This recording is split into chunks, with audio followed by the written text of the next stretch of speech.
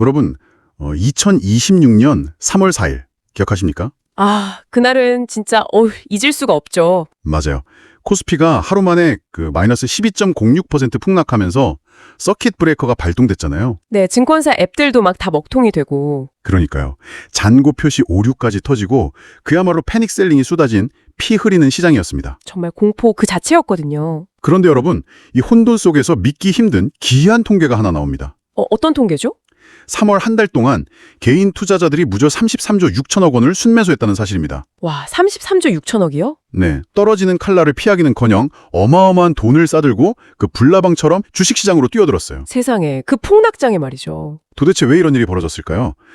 이번 딥다이브에서 살펴볼 자료의 원작자는 그 이유를 정부의 강렬한 시그널에서 찾고 있습니다. 아, 정부의 시그널이요? 네, 당시 대통령이 부동산에 과도하게 집중된 자금이 경제를 불안하게 했다 이러면서 부동산을 강력히 억제하고 주식시장을 활성화하겠다는 메시지를 반복해서 던졌잖아요. 네, 맞아요. 그런 기조가 확실히 있었죠. 비유하자면 부동산이라는 문은 굳게 걸어 잠그고 주식시장이라는 문만 활짝 열어둔 셈입니다. 아, 양쪽 문을 다르게 통제한 거네요. 그렇죠.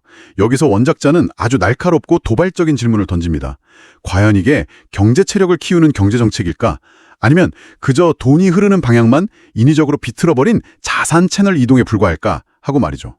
바로 그 질문이 오늘 우리가 분석할 원문 코스피 5천은 경제정책인가 자산 채널 이동인가 이 시리즈의 핵심 주제입니다. 요의 성격을 분명히 해둘 필요가 있습니다. 성격이요? 어떤 점을 주의해야 할까요? 이게 총 11장으로 구성된 굉장히 방대한 분석 시리즈거든요. 오, 11장이나 돼요? 네. 그런데 오늘 우리가 다룰 내용은 1편, 즉 제1장부터 제3장까지만 해당합니다. 아, 전체 앞부분만 보는 거군요. 맞습니다. 그러니까 다시 말해서 오늘 우리는 이 2026년 초반에 주식시장 활황에 대해 어떤 최종 판결을 내리는 게 아니에요. 결론을 내는 게 아니다. 네.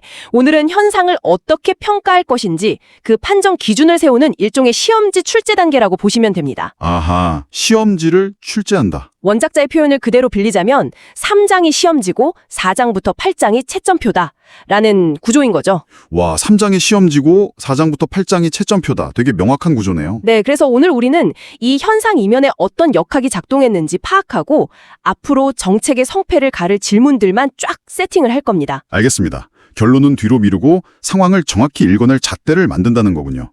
그렇다면 원작자가 출제한 이 시험지의 핵심 가설부터 짚어봐야 할 텐데요. 네, 아주 중요한 부분이죠. 제가 원문을 보니까 굉장히 복잡한 인과관계로 얽혀 있던데 이 가설의 뼈대가 정확히 뭔가요? 그 원작자가 검증하고자 하는 핵심 가설은 하나의 흐름으로 요약할 수 있습니다. 네네. 들어보세요. 세수 부족이 발생하자 정부가 편법으로 재원을 조달했고 그 과정에서 쏠리는 자금을 통제하기 위해 부동산을 억제하고 증시로 돈을 유도했으며 결국 국가의 리스크를 개인에게 전가시켜 자산 채널 이동을 만들어냈다. 오, 잠깐만요. 네. 이곳이 원작자가 제시하는 가설입니다. 이 가설의 주장을 그대로 따라가자면요.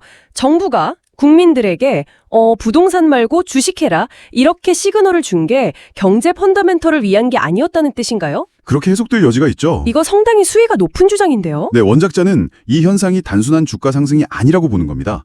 다만 여기서 청취자 여러분도 꼭 주의하셔야 할 점이 있어요. 어떤 거죠? 이것은 어디까지나 아직 확정된 진실이 아니라 우리가 하나하나 뜯어보면서 검증해야 할 가설이라는 겁니다. 아, 팩트가 아니라 가설이다.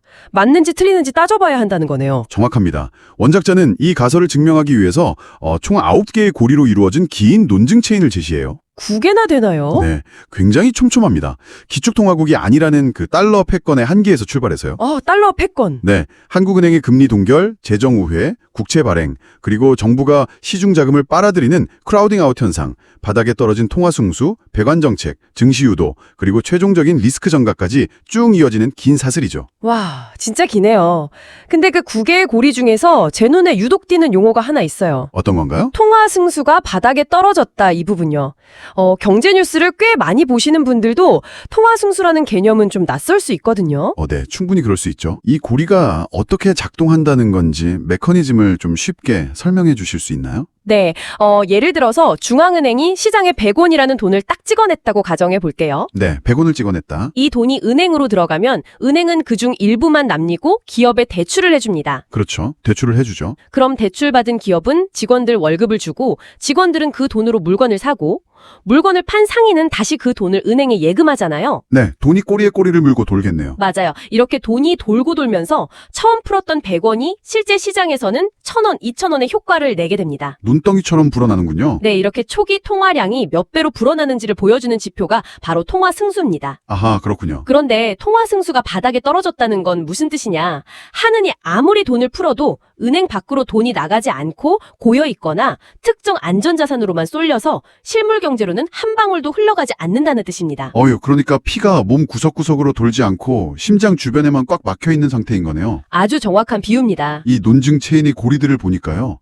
원작제가 왜 코스피 5000 시대를 단순히 막 축제처럼 보지 않는지 감이 옵니다. 네, 이면을 보는 거죠. 그런데 상식적으로 생각해 보면요. 주식시장의 호황을 누리고 코스피가 5000을 찍었다. 그러면 기업들은 유상증자나 회사채 발행으로 돈 구하기가 훨씬 쉬워지잖아요. 보통은 그렇게 생각하죠. 네, 그렇게 조달한 자금으로 공장도 짓고 연구개발도 하면 결국 경제 전반에 온기가 쫙 퍼지는 거 아닌가요? 되게 좋은 일 같은데. 교과서적인 경제학 이론에서는 정확히 그렇게 설명합니다. 주가 상승이 기업 투자로 이어지고 경제가 성장하는 선순환이죠. 네, 선순환이요? 하지만 원작자는 여기서 아주 중요한 경고를 던져요. 어떤 경고죠? 주가 상승의 이런 순기능이 실물 경제로 전달되는 과정은 절대 자동으로 이루어지는 게 아니라는 겁니다. 가만히 놔두면 알아서 퍼지는 게 아니다. 네, 거기에는 반드시 미리 갖춰져야 할 순기능의 선제 조건이 있다는 거죠. 주가가 오른다고 마법처럼 막 실물 경제가 좋아지는 게 아니라 그 마법이 작동하기 위한 무대가 미리 세팅되어 있어야 한다는 거군요. 맞습니다. 그 조건이 구체적으로 뭡니까? 이 자료에서는 그것을 세 가지 전제라고 명확히 규정합니다. 세 가지 전제요? 네, 첫째, 시장 금리가 안정적이어야 합니다. 금리 안정. 주가가 올라도 이자가 너무 비싸면 기업이 돈을 끌어다 투자할 엄두를 내지 못하겠죠. 그렇죠. 배보다 배꼽이 더 커지니까요. 둘째, 정부 재정이 민간 자금을 압박하지 않아야 합니다. 압박하지 않아야 한다. 시중에 한정된 돈을 정부가 다 싹쓸이 해버리면 정작 기업이 쓸 돈이 마르니까요. 네. 정부가 돈을 다 가져가면 안 되죠. 그리고 셋째, 시중에 풀린 통화가 실물 경제로 골고루 전달되는 구조, 즉 파이프가 제대로 작동해야 합니다. 와, 금리 안정, 민간 자금 보호, 그리고 튼튼한 파이프. 이 세 가지 전제가 버텨주고 있어야 코스피 5000이라는 그 화려한 숫자가 진짜 경제 성장으로 이어지는 거군요. 바로 그겁니다. 만약 이 전제들이 깨져 있다면 그 주식 화랑의 순기능은 그냥 공연불이란 뜻이네요. 네, 그래서 지금 한국 경제가 이 세 가지 전제를 제대로 지키고 있느냐, 이걸 검증하는 게 핵심입니다. 자, 그럼 하나씩 따져보죠. 지키고 있습니까? 그것을 확인하기 위해 원작자는 첫 번째 단층선인 금리 문제부터 아주 날카롭게 파고듭니다. 네, 금리요. 결론부터 말씀드리면 지금 한국은 금리라는 문이 잠겼다라는 것이 원문의 진단입니다. 금리라는 문이 잠겼다.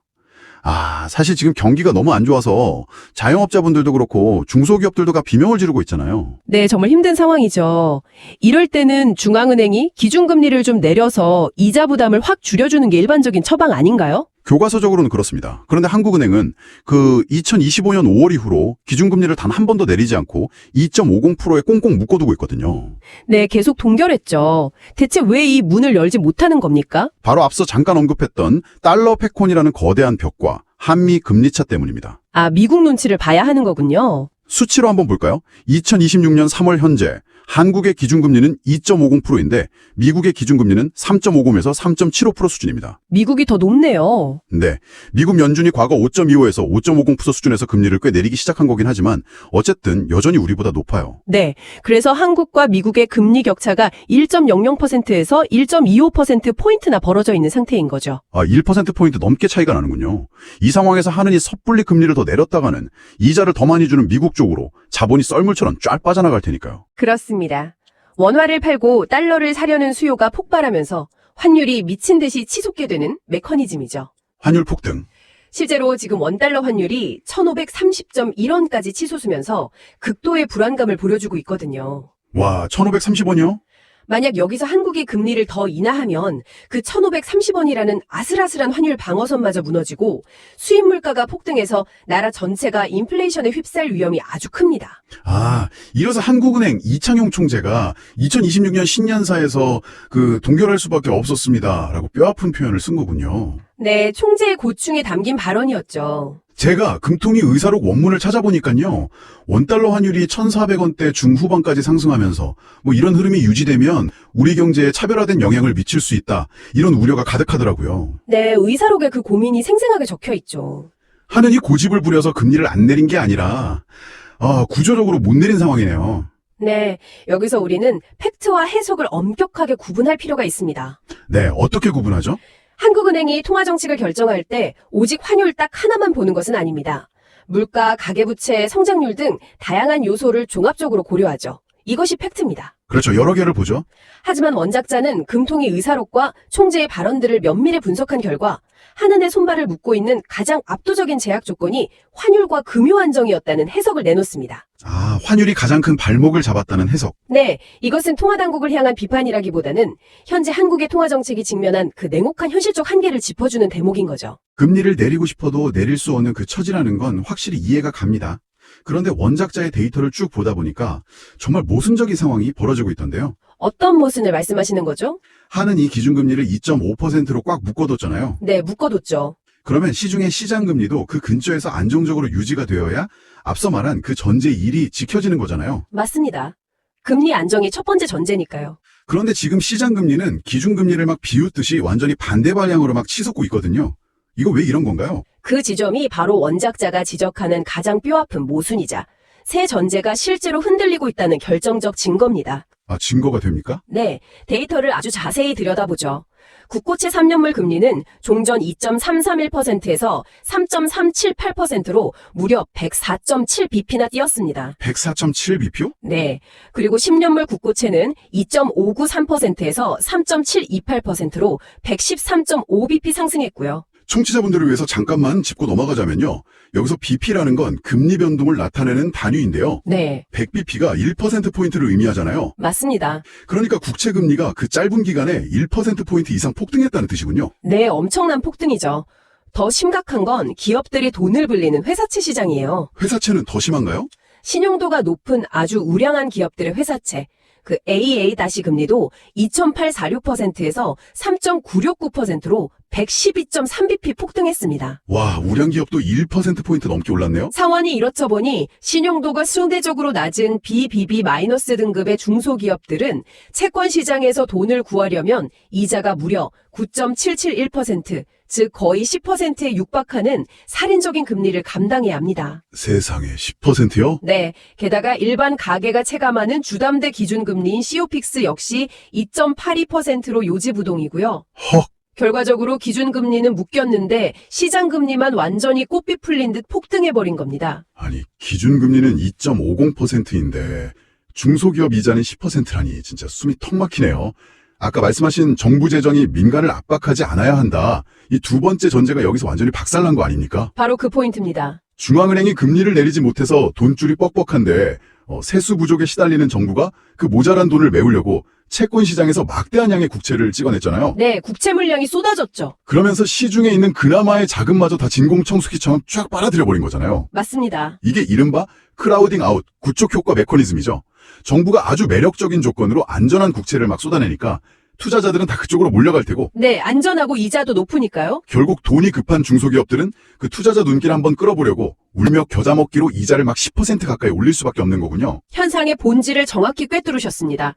바로 그 크라우딩 아웃 현상 때문에 통화가 실물로 전달되어야 한다는 그 세 번째 전제, 즉 파이프마저 완전히 막혀버렸어요. 파이프가 막혔다. 네, 2026년 한국 경제의 성적표가 이 망가진 파이프의 참상을 그대로 보여줍니다. 성적표가 어떻게 나왔는데요? 겉보기엔 한국 경제 성장률이 2.0%로 전망된다고 하죠. 숫자는 나쁘지 않아 보여요. 네, 2.0%면 하지만 반도체를 비롯한 IT 부문을 제외하고 나면 성장률은 고작 1.4%로 쪼그라듭니다. 1.3%요? 확 떨어지네요. 심지어 2025년 4분기 경제 성장률은 마이너스 0.3% 역성장이었고요. 미래를 위한 설비 투자는 마이너스 1.8%, 건설 투자는 마이너스 3.9%를 기록했습니다. 마이너스네요. 네, 코스피 5천 시대라는데 실물 경제는 뒷걸음질을 친 겁니다. 제가 그 기업들의 자금 조달 데이터를 보니까 그 파이프가 얼마나 기형적으로 꼬여 있는지 더 명확해지더라고요. 어떤 데이터를 보셨죠? 대기업들은 이 주가 상승을 틈타서 유상증자를 전년 대비 무려 219.7%나 늘렸습니다. 네, 싼 값에 돈을 쓸어 담은 거죠. 반면에 중소기업 유상증자는 오히려 22.6%나 줄었어요. 중소기업은 돈 구하기가 더 어려워진 겁니다. 더 충격적인 건요. 기업들이 발행한 회사채의 79.6%가 차환용이라는 거예요. 아, 빚 갚는 용도요? 네, 공장을 듣거나 무슨 기술 개발을 하려고 돈을 빌리는 게 아니라 예전비 갚으려고, 말 그대로 부도 안 나고 숨만 쉬려고 고금리를 감당하면서 돈을 융통하고 있다는 거잖아요. 원작자는 이 극심한 양극화를 K자형이라고 명명합니다. K자 영양극화? 네, 알파벳 K 아시죠? 대기업이라는 위로 뻗어가는 선과 중소기업과 실물경제라는 아래로 곤두박질 치는 선이 공존하는 상태인 거죠. 양극단으로 갈라지는 모양이네요. 네, 대기업에게는 주가 상승으로 자금 조달이 쉬워지는 순기능이 제한적으로나마 작동했을지 모릅니다. 그러나 그 온기가 경제 전체로 파급되지 않고 뚝 끊어져 있어요. 이 상황을 매우 차갑게 판독합니다. 뭐라고 판독하나요? 주식시장 상승이라는 가격 변동이 일어났지만 그것이 실물 경제로 이어지는 전달 경로가 끊어져 있다면 이것은 진정한 의미의 주식시장 화랑이 아니라 단지 자산 가격 화랑에 불과하다. 이렇게요. 자산 가격 화랑. 네, 경제 펀더멘털이 좋아져서 주가가 오른 게 아니라 그냥 자산시장이라는 특정 배관 안에서만 돈이 돌면서 껍데기만 부풀었다는 뼈아픈 진단입니다. 실물 경제라는 기초가 튼튼하게 받쳐주면서 파이가 커지면요. 참여한 모두가 몫을 챙길 수 있는 포지티브 썸 게임이 될 거잖아요. 이상적인 시나리오죠. 하지만 파이는 그대로인데 억지로 돈만 꾹꾹 밀어넣어서 가격이 오르고 있다면 이건 결국 나중에 들어온 사람의 돈을 먼저 들어온 사람이 가져가는 구조 아닌가요? 바로 그 우려가 원작의 핵심적인 경고 중 하나입니다. 원작도 그렇게 보나요? 네, 파이가 커지지 않는데 돈만 계속 유입되는 그 구조적 모순 때문에 원작자는 이 시장이 제로섬으로 기울고 있다고 분석합니다. 제로섬으로 기울고 있다. 물론 시장 전체가 완벽하게 100% 제로섬 게임이라고 딱 단정 짓는 것은 아닙니다. 네, 극단적인 단정은 피해야죠. 하지만 새로운 가치 창출 없이 돈 냄새만 맡고 자본이 몰리면서 누군가의 이익이 누군가의 손실로 직결되는 위험한 구조로 급격하게 기울고 있다는 그런 해석이죠. 거기에 불쏘시개 역할을 한 게 바로 빚 아닙니까? 레버리지 말씀이시죠? 네, 오프닝에서 2026년 3월의 폭락장 속에서도 개인들이 33조 원 넘게 순매수했잖아요. 네, 엄청난 액수였죠. 근데 그 무렵 신용융자 잔고, 그러니까 빚내서 주식 산 돈이 33조 원에 달했다고 했거든요. 그렇습니다. 원작자는 이 대목에서 아주 섬뜩한 경고를 남겨요. 섬뜩한 경고요? 제로섬으로 기울고 있는 이 불안정한 시장에 거대한 레버리지, 즉 빚이 얹어지는 순간 레버리지가 얹으면 네거티브 썸으로 미끄러질 위험이 커진다는 겁니다. 와, 레버리지가 얹으면 네거티브 썸이 된다? 파이는 한정되어 있는데 빚에 대한 이자 비용과 수수료는 시장에서 계속 빠져나가니까요. 전체 파이가 쪼그라드는 거죠. 수수료랑 이자 때문에 돈이 증발하는 거군요. 게다가 시장에는 특정 반도체 종목의 3배 레버리지 ETF 같은 초고위험 상품으로 돈이 극단적으로 쏠리는 현장까지 벌어졌거든요. 3배 레버리지요? 와, 진짜 위험하네요. 예전에 금통위 의사록에서도 자산시장의 그 금융 가속기 현상을 우려했다는 내용이 떠오릅니다. 금융 가속기. 아주 적절한 지적이네요. 빚을 지렛대 삼아서 투자하면 주가가 오를 때는 이 가속기 덕분에 계단을 막 성큼성큼 오르듯이 수익이 쑥쑥 불어나잖아요. 네, 다들 그때는 환호하죠. 근데 시장이 충격을 받아서 내려올 때는 이 가속기가 반대로 작동하잖아요. 무서운 속도로 떨어지죠. 그 33조 원의 신용융자 잔고 중에 일부만 담보 부족에 걸려도 반대 매매가 쏟아지고 그 매물이 다시 주가를 짓누르는 연쇄폭락. 네, 악순환의 고리입니다. 그야말로 올라갈 때는 계단이지만 내려올 때는 엘리베이터를 타고 뚝 추락하는 거죠. 맞습니다. 3월 4일에 코스피가 단 하루 만에 마이너스 12% 넘게 빠진 게 바로 그 엘리베이터 추락을 우리 눈으로 직접 확인시켜 준 거고요. 정확히 그 금융 가속기의 파괴력을 원작자가 지적하고 있는 겁니다. 네. 자, 이제 오늘의 딥다이브 목적이었던 시험지 출제를 서서히 갈무리하면서 1편의 결론을 내려보죠. 벌써 결론인가요? 우리가 앞서 세웠던 판정 기준을 다시 한번 떠올려 볼까요?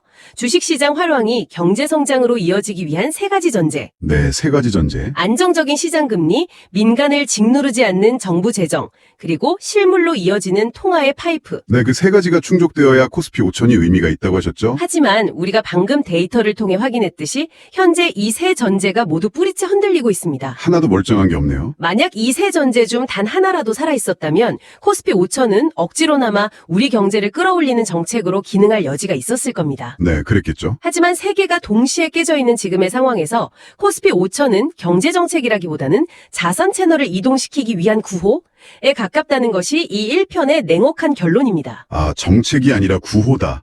원작자가 던진 가장 강렬한 비료가 바로 이 대목을 겨냥한 거였군요. 어떤 비유 말씀이시죠? 정부가 부동산을 억제하고 증시를 유도하면서 사람들을 향해서 문은 활짝 열었지만 막상 들어가 보니 방이 비어 있었다는 거. 네, 문은 열렸는데 방이 비어 있었다. 핵심을 찌르는 문장이죠. 화려한 코스피 5천이라는 간판만 믿고 수십 조의 빚을 내서 들어갔는데 정작 그 방 안에는 경제 펀더멘털이라는 실물 성장의 알맹이가 전혀 없었던 거네요. 그렇습니다. 하지만 청취자 여러분, 오늘 우리가 확인한 것은 전체 11장의 분석 중 3장까지의 내용일 뿐입니다. 아, 맞다. 아직 한참 남았죠. 오늘 우리는 금리라는 문이 굳게 잠긴 상황에서 세수 부족에 시달리는 정부가 국채를 막 발행하면서 크라우딩 아웃을 유발했다는 그 원인을 짚어냈습니다. 네, 원인을 찾았죠. 그렇다면 아직 풀리지 않은 중요한 질문이 남아 있습니다. 어떤 질문인가요? 그 막대한 국채는 도대체 어디로 흘러가서 얼마나 무섭게 쌓였을까요? 듣고 보니 그렇네요. 그 많은 채권을 누가 다 샀을까요? 그리고 그것이 채권 시장과 주식 시장의 배관을 도대체 어떻게 구체적으로 틀어막고 있었을까요? 와, 빈 방에 들어간 사람들은 미쳐보지 못한 그 텅 빈 방 뒤편에서 벌어지고 있던 진짜 자금의 흐름을 추적해야겠네요. 네, 그 국채들이 경제 배관에서 무슨 일을 벌였는지, 그리고 오늘 세운 이 시험지의 판정 기준을 바탕으로 본격적으로 4장부터 8장까지의 채점표를 매겨보는 시간은 다음 편에서 이어서 살펴보도록 하겠습니다. 알겠습니다. 여러분, 오늘 들으신 코스피 5천 시대의 이면 어떻게 생각하십니까? 여러분의 돈은 지금 파이가 커지는 포지티브 썸의 실물 경제에 투자되고 있습니까? 아니면 레버리지가 잔뜩 얹힌 텅 빈 방 안에서 위험한 네거티브 썸 게임을 하고 있습니까? 이 질문을 꼭 한번 스스로에게 던져보시길 바라며 저희는 다음 딥다이브에서 채점표를 들고 다시 찾아오겠습니다.